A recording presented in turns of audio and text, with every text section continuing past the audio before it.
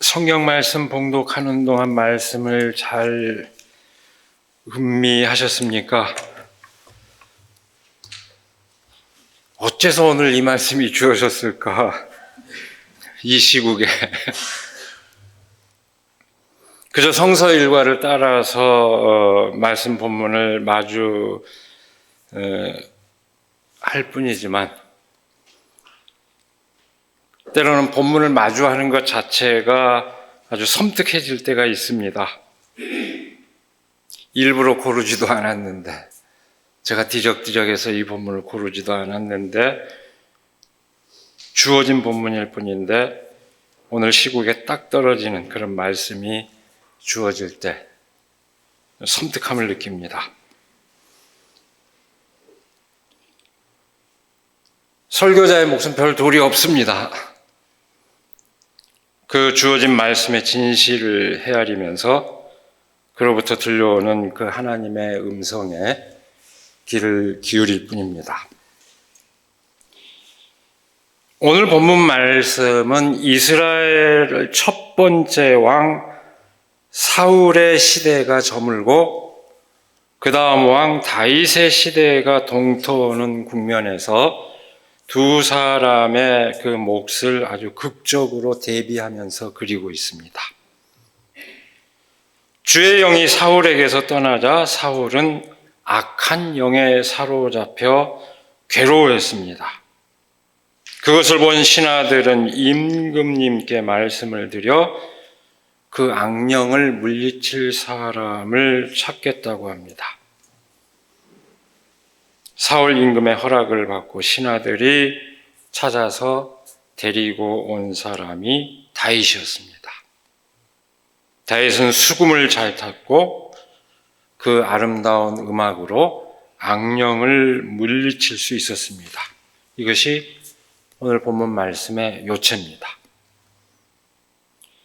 역사의 무대 뒤안길로 사라질 운명에 처한 사울과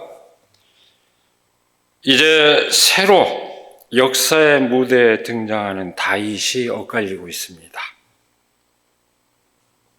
이 이야기는 악령에 붙잡힌 사울은 이제 왕으로서 제 몫을 하기 어려운 처지에 놓이지만 그 악령을 제어할 수 있는 유일한 사람으로서 다윗이 새 시대를 이끌어 간다는 사실을, 그 메시지를 함축하고 있습니다. 네, 여러분, 사실 이 이야기의 그 표면에 주목할 것 같으면 하나도 복잡할 것 없이 아주 단순 명쾌한 이야기입니다. 그렇게 단순 명쾌한 이야기입니다. 그런데 그 단순 명쾌한 이 이야기의 속사정을 들여다봐야 오늘 말씀의 참뜻이 분명해집니다. 오늘 말씀에서 가장 주목해야 할 초점은 사울 왕에게서 주님의 영이 떠나고 대신 악한 영이 그를 괴롭혔다 하는 것입니다.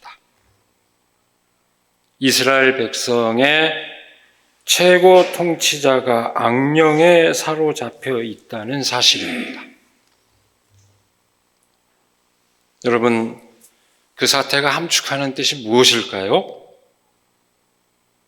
악령에 사로잡혔다고 하면 흔히 생각하기를 개인적인 어떤 심리 현상이거나 어떤 개인적인 정신 상태를 말하는 것으로 대개 이해를 합니다. 그렇게 받아들입니다. 일종의 어떤 극심한 조울증과 같은 상태라든지 어떤 정신적인 그런 자기 분열의 상태로 한정해서 사람들은 대개 이해를 합니다. 구체적으로 드러난 증상을 보자면 그렇게 이해해도 무방할지 모릅니다. 그런데 만일 그 사울 왕에게 나타난 증상이 그런 식으로 한정된다면, 그렇게 한정해서 이해할 수 있다면 그것은 그저 치유의 대상일 뿐입니다.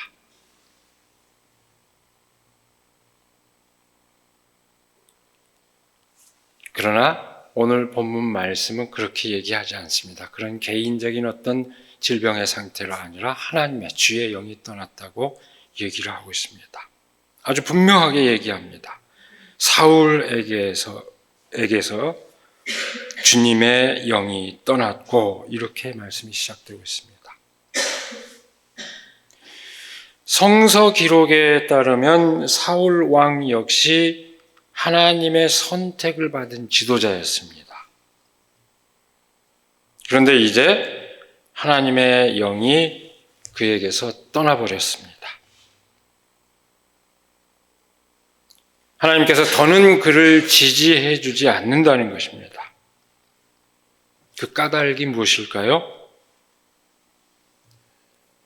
하나님께서 멀쩡한 사람에게서 그냥 떠나서 그가 악령으로 인해서 그 고통을 겪게 내맡겨버린 것이 아닙니다. 여기에는 역사적으로 마땅한 이유가 있습니다. 악령이 들린 사태, 사울 왕이 악령이 들린 그 사태는 단순히 개인적인 어떤 질병이나 정신 상태가 아닙니다. 이것은 명백한 역사적 실체를 갖고 있습니다. 사무엘상 오늘 우리 본문 말씀에 이르기 전 15장 10절 이하의 그 진실이 명백하게 밝혀져 있습니다. 사울을 왕으로 세운 것이 후회된다. 그가 나에게서 등을 돌리고 나의 명령을 따르지 않는다. 하나님의 말씀입니다. 하나님도 후회를 하십니다. 하나님으로부터 그 말씀을 듣고 사무엘은 괴로워서 잠을 못 잡니다. 밤새 기도합니다. 도대체 영문을 알 수 없었기 때문입니다. 그리고 마침내 그 까닭을 알기 위해서 진중에 있는, 아직도 전쟁을 치르고 있는 사울 왕의 그 왕을 찾아갑니다. 진중에 갔더니 양떼 소리와 소떼 소리가 들렸습니다. 사무엘은 사울 왕에게 묻습니다. 이게 웬 소리입니까? 이게 웬 양떼 소리며 웬 소떼 소리입니까? 하고 묻습니다. 사울 왕은 당당하게 말합니다. 그것은 아말렉 사람들에게서 빼앗은 것인데 좋은 것들만 살려둬서 이것으로 하나님께 제물로 드리려고 한다. 이렇게 얘기합니다. 아주 당당하게 얘기합니다. 그렇게 답하는 사울 왕을 보고 사무엘은 아주 준엄하게 꾸짖습니다. 그만두십시오. 그러면서 지난밤 하나님께서 하신 말씀을 전합니다. 어찌하여 주님께 순종하지 아니하고 약탈하는 데만 마음을 쏟으면서 주님께서 보시는 앞에서 악한 일을 하셨습니까? 그럼에도 불구하고 다시 변명하는 사울 왕에게 사무엘이 다시 선언합니다. 우리가 아주 잘 알고 있는 말씀입니다. 아주 잘 알고 있는 말씀인데 이 말씀은 아주 특별한 역사적 맥락을 지니고 있습니다. 이렇게 얘기합니다. 잘 들으십시오. 순종이 제사보다 낫고 말씀을 따르는 것이 순양의 기름보다 낫습니다. 거역하는 것은 점을 치는 죄와 같고 고집을 부리는 것은 우상을 섬기는 죄와 같습니다. 임금님이 주님의 말씀을 버리셨기 때문에 주님께서도 임금님을 버려 왕이 되지 못하게 하셨습니다. 이렇게 선언합니다. 여러분, 이 사무엘과 사울에서 대화의 초점이 뭘까요? 왜 하나님께서 진노하셨을까요? 사울 왕이 전리품을 취했기 때문입니다. 거기에 초점이 있습니다. 근데 그것이 전쟁을 수행하는 왕에게, 장수에게 그게 어째 중대한 범죄 행위가 될까요? 전리품을 취한 게 뭐가 잘못됐을까요? 여러분, 이걸 이해하기 위해서는 우리가 성경을 똑바로 이해해야 됩니다. 성경을 제대로 이해를 해야 됩니다. 이것을 이해하기 위해서는 성경에 등장하는 아주 독특한 그 관습과 그 관습이 함축하는 뜻을 알아야 됩니다. 이런 걸 모르고 무조건 왜 순종 안 했다는 것만 알고 이렇게 이해해서는 안 됩니다. 뭘 두고 순종하지 않았다고 한 것인지 분명히 우리가 알아야 됩니다. 그 관습이 뭐냐? 이른바 진멸입니다. 히브리어로 헤렘이라고 하는 겁니다. 완전히 없애버려라. 근데 여러분 이것도 잘 새겨야 됩니다. 적진의 사람이나 모든 재물을 싹 없애버려라. 이게 진멸입니다. 헤렘이라고 하는데 여러분 오늘날 우리 인도주의적 관점에서 이걸 그대로 문자 그대로 받아들여서는 안 됩니다. 전쟁 중에도 비전투 요원을 살상할 수 없다는 게 오늘날 전쟁 규칙입니다. 오늘날 관점에서 또 그걸 이 성경에 나와 있으니까 이 말을 그대로 따를 건 아닙니다. 그래서 그대로 따를 수 있는 것은 아니지만 이 시대에 성경에서 성서 이 시대에 적진의 사람과 재물을 완전히 진멸하라는 것. 왜 이렇게 하나님은 잔인한 요구를 했을까요? 거기에는 분명한 뜻이 있습니다. 아주 특별한 의미를 갖고 있습니다. 뭘까요, 그게? 전쟁은 전쟁으로 끝내라는 것입니다. 그건 무슨 얘기냐? 그것으로부터 어떤 사적 이익을 취하지 말라는 것입니다. 노예나 재물을 탈취해서 사적 소유로 삼는 것을 철저하게 금지하는 뜻을 지닌 것이 바로 진멸의 의미입니다. 헤렘의 의미입니다. 사적 소유의 금지. 다시 말해서 권력의 물질적 기반을 형성해서는 안 된다는 것입니다. 남는 재물과 남는 사람, 종이 될 수 있는 사람이 있을 때 그것은 항상 권력을 강화합니다. 그걸 철저하게 없애라는 겁니다. 잉여 인간을 거느리고 재물을 사적으로 취하는 행위 자체를 철저하게 금지하는 뜻입니다. 이것이 이 진멸의 핵심입니다.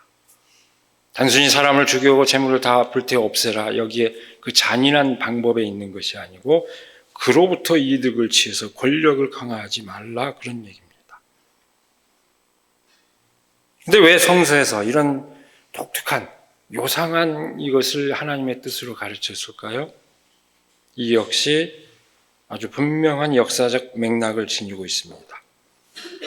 우리가 잘 아는 대로 이스라엘 백성은 이집트에서 아주 지긋지긋한 노예살이를 했습니다. 종살이를 했습니다. 근데 그 백성이 자유로운 공동체를 형성했습니다. 그 공동체에 어떤 불평등도 있어서는 안 되고 어떤 권력도 용인되어서는 안 됐습니다. 진멸, 다시 말해서 전리품을 취득하는 것을 금지하는 것은 바로 그 맥락에서 형성된 것입니다. 사사시대 이스라엘 모습입니다. 200여 년간 지속된 자유로운 공동체. 절대 왕을 세우지 않죠. 기드온이 그렇게 많은 공을 세웠음에도 불구하고 여러분을 다스릴 분은 오직 하나님 뿐이지 나는 절대로 인간인 나는 왕이 될 수 없습니다. 그 다음에 어떻게 됩니까? 아비멜렉이 어떻게 됩니까? 우리 아버지는 왕이라고 하면서 왕을 자처했다가 어떻게 됐습니까? 벌받아 죽습니다. 백성의 여인이 던진 맷돌의 머리를 맞아서 죽습니다. 이것이 성서의 가르침입니다. 절대로 인간 사회 안에서 권력을 용인해서는 안 된다. 그것이 사사시대의 모습이었습니다. 헤렘은 진멸은 바로 그런 역사적 맥락에서 등장한 아주 독특한 관습인 겁니다. 그런데 어떻게 됐습니까? 역사가 어떻게 됐습니까? 백성이 왕을 요구해서 하나님께서 마지못해서 백성의 청을 들어줍니다. 왕이 생기고 권력이 형성되면 불평등이 만연하고 모든 백성이 그 권력에 종살이 하게 될 것이다. 사무엘이 분명히 경고를 하죠. 여자들은 궁궐에 끌려가서 요리나 하게 될 것이며 남자들은 군대에 끌려가게 될 것이다. 그래도 왕을 원하느냐? 그럼에도 불구하고 사람들은 계속해서 왕을 요구합니다. 저 블레셋과 맞서 싸우기 위해서는 소위 군사적 안보의 논리입니다. 효율적인 통치자가 필요하다. 그래서 요구를 해서 어쩔 수 없이 하나님이 그 왕을 허락한 것으로 사무엘기에는 기록이 되어 있습니다. 그래서 등장한 그 첫 왕이 사울이었습니다. 네, 여러분, 이 사울 왕은 등장 그 자체로 자기 분열의 요소를 안고 있었습니다. 자유롭고 평등한 공동체를 수호해야 하는 임무, 공공의 임무입니다. 한편으로 그 임무를 지니고 있지만 동시에 효율적인 안보와 통치를 위해서 권력을 강화하고자 하는 요구가 동시에 충돌이 되는 그런 상황에 등장한 통치자였습니다. 그 통치자가 모순된 그 두 요구를 동시에 안고 있는 상황이었습니다. 근데 그 긴장 안에서 사울이 선택한 것은 무엇이었습니까? 권력을 강화하는 길이었습니다. 권력의 사유화의 길입니다. 제가 저녁에 영화를 한 편 봤습니다. 서부전선 이상 없다. 아주 소설로도 유명하고 영화로도 굉장히 뛰어나게 잘 1차 대전 얘기죠. 무모한 겨우 프랑스와 독일 사이에 몇백 메타를 사이에 두고 몇 년 동안을 대치하는 무모한 전쟁이 벌어지는 그때 한 병사가 얘기를 합니다. 그 전쟁의 무모함을 두고 얘기를 합니다.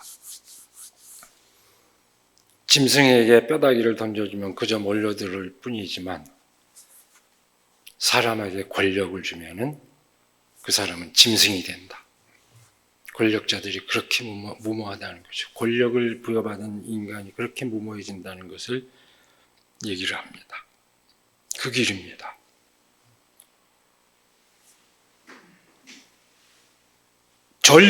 사울이 전리품을 취했다고 하는 것은 사울이 바로 그 길을 택했다는 것을 뜻합니다. 이것으로 자신의 권력 기반을 강화하고자 하는 욕망에 기울었다는 것을 뜻합니다. 그것이 곧 하나님의 영이 사울에게서 떠나간 이유입니다. 그것이 역사적 실체입니다. 그것이 곧 사울이 악령에게 사로잡혀서 괴로움을 겪는 까닭입니다. 권력의 사유와 공평한 통치를 위한 수단이 아니라 특정한 세력의 이해관계에 집중하는 권력의 사당화, 이에 대한 심판은 아주 준엄합니다. 성서는 하나님께서 그 백성의 안위를 저버리는 통치 행위에 대해서 철두철미하게 그 책임을 묻는 것을 아주 일관되게 증언합니다. 오늘의 통치자들, 오늘의 우리 그리스도인 모두가 철저하게 유념해야 하는 진실입니다. 성서가 전해주고 있는, 일깨워주고 있는 진실입니다. 외면해서는 안 되는 진실입니다. 오늘 본문 말씀에서 다윗은 하나님께서 함께 하시는 인물로 등장합니다.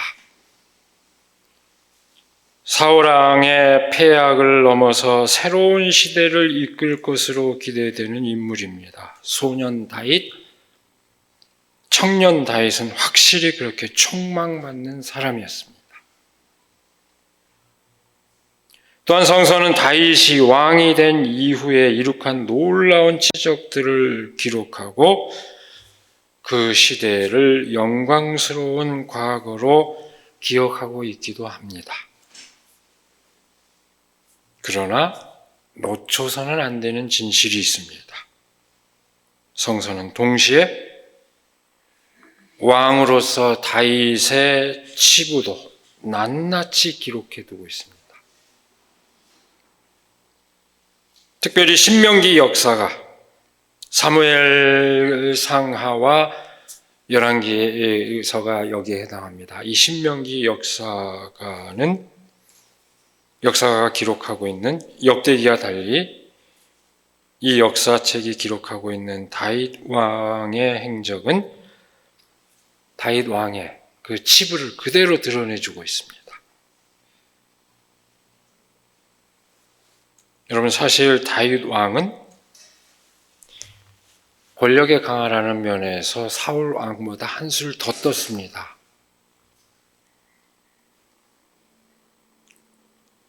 숱한 전쟁으로 피를 흘리게 했고 남의 땅을 자신의 영지로 삼아 예루살렘이 그렇습니다. 도성으로 삼고 관료제도와 상비군 제도를 만들었고 왕이 세습제를 만들었습니다. 이렇게 비교를 하면은 정신분열을 겪어야 했던 사울 왕이 훨씬 인간적이라고 느낄 만큼 그와 대비해서 다윗은 훨씬 더 과감하게 자신의 권력을 강화하는데 훨씬 더 과감했습니다. 이는 한편으로는 다윗 왕의 영광스러운 치적으로 기려지기도 하지만 성서에서 그렇게 긍정적으로 다윗 유대 왕국의 입장에서 주로 기록이 되어 있기 때문에 그렇습니다만 그렇게 기려지기도 하지만 다른 한편으로는 하나님께서 원하시는 애초 이스라엘의 길로부터 얼마나 멀어진 것인지를 아주 분명하게 보여주고 있기도 합니다. 보여주기도 하는 그런 의미를 지니고 있습니다. 바로 그 권력을 견제하기 위해서 예언자가 등장합니다. 예언자가 아무 때 나오는 게 아니고 왕이 등장했을 때 비로소 예언자가 등장합니다. 예언자 나단부터 등장을 하죠. 무화를 얘기해주고 바로 네 놈이다. 이렇게 왕에게 그렇게 얘기할 수 있는 그 잘못을 범한 장본이 바로 너다. 라고 얘기하는 예언자가 등장하는 것입니다. 신명기 역사는 다윗 왕의 중대 범죄를 고스란히 기록해 두고 있습니다.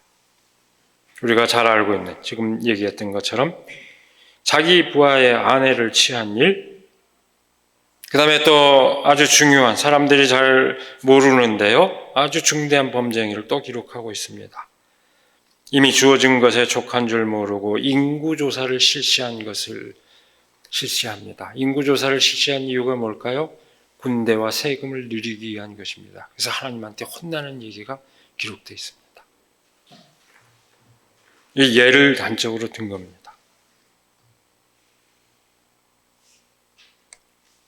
그렇게 자신의 권력을 강화하려는 시도에 대해서 하나님께서는 엄중히 그 책임을 묻는 것으로 이 신명기는 분명하게 기록해 두고 있습니다. 사울 왕이나 다윗 왕 모두에게 애초 하나님의 영이 함께 했습니다. 그러나 오늘 본문 말씀은 사울 왕에게서 하나님의 영이 떠났다고 명백하게 밝히고 있습니다. 다윗 왕에게서 하나님의 영이 떠났다는 기록은 없지만 그의 잘못까지 낱낱이 기록해 두고 있는 성서의 관점은 다윗 왕에게도 한결같이 하나님이 함께 한 것만은 결코 아니라는 그 진실을 전해주고 있습니다. 여러분, 그저 다윗이 위대한 성군인 것만은 아닙니다. 수없이 많은 결함을 갖고 있고 과오를 범했습니다. 그 순간 하나님이 늘 함께 했을까요? 아닙니다. 성경은 분명하게 보여주고 있습니다. 이 진실이 함축하는 뜻이 무엇일까요? 사람은 누구나 하나님 앞에서, 사람 앞에서 겸허해야 한다는 것입니다. 많은 사람들에게 영향을 끼치는 지위와 책무를 맡고 있는 사람은 더더욱 그래야 합니다. 우리는 누구나 하나님의 영의 인도로 선한 몫을 감당할 수 있는 동시에 어느 순간 악령에 사로잡혀 악행을 범할 수도 있는 그 가능성 안에서 살고 있습니다. 그러기에 끊임없이 우리는 스스로를 성찰하지 않으면 안 됩니다. 끊임없이 우리를 돌아볼 수 있어야 됩니다. 누구나 마찬가지입니다. 오늘 우리 현실에서 통치자는 어떻습니까? 말해 뭐 하겠습니까? 제가 오늘 성경 얘기만 중심으로 하고 별 긴 얘기 안 하겠습니다. 이제 말씀 마무리하겠습니다. 말해 뭐 합니까? 노동절이 낀 지난 주간에 검찰의 압박을 받고 있던 노동자가 목숨을 잃었습니다. 생명의 자유보다 소중한 것이 없거늘 입만 열면 자유를 외치는 이가 권력을 장악하고 있는 현실에서 벌어진 일입니다. 어린이날을 앞둔 날에 유해 물질이 하나도 제거되지 않은 채 잔디로 뒤덮인 뜰에 어린이들을 뛰어놀게 만드는 기가 막힌 기만이 펼쳐졌습니다. 여러분, 왜 용산 어린이 정원인지 아십니까? 공원이라는 말을 적용할 수 없기 때문에 유해 물질 기준으로 봤을 때 공원이라는 말을 써서는 안 되는 곳이기 때문에 정원이라고 붙인 겁니다. 무려 허용치의 한 30배에 이르는 미군 기지로 사용됐던 오염이 전혀 정화되지 않은 거기에 잔디만 덮어놓고 어린이 정원이라고 이름 짓고 어린이를 뛰어놀게 만드는 기만이 펼쳐지고 있는 것이 지금 우리 현실입니다. 그 폐악질과 기만을 도대체 언제까지 지켜보고 있어야 될까요? 우리 모두 정말 사무엘이 안타까운 마음으로 기도했던 그 심정으로 이 나라의 미래를 위해서 기도해야 합니다. 더불어 예할 때와 아니요 할 때를 분명히 해서 우리의 미래가 악령에 휘둘리지 않도록 해야 합니다. 여러분, 우리 그리스도인은 어떤 권위에 복종해야 하고 어떤 권위에 저항해야 할까 하는 것을 부단히 역사적으로 분투해왔습니다. 그것은 단순히 정치적인 문제가 아니요 바로 신앙의 문제입니다. 성서에서 그 신앙이 형성된 그리고 우리 그리스도가 탄생의 2000 역사 내내 그 문제 갖고 씨름을 했습니다.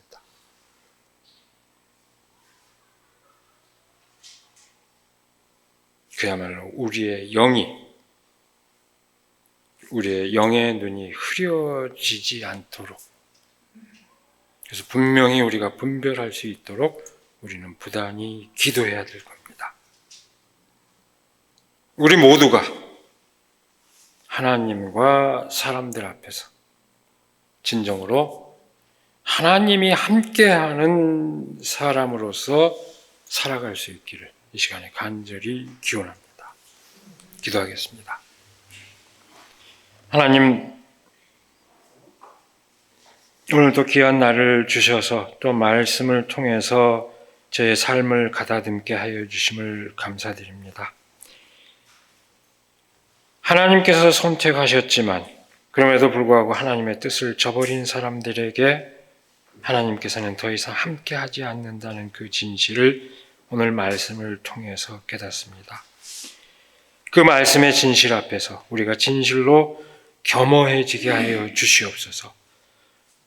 하나님과 더불어 동행하는 삶을 살 수도 있으며 악령에 붙잡혀 누군가를 구렁텅이에 빠뜨리게 하는 그 몫을 감당할 수도 있는 우리의 그 존재를 우리 스스로 돌아보게 하여 주시옵소서.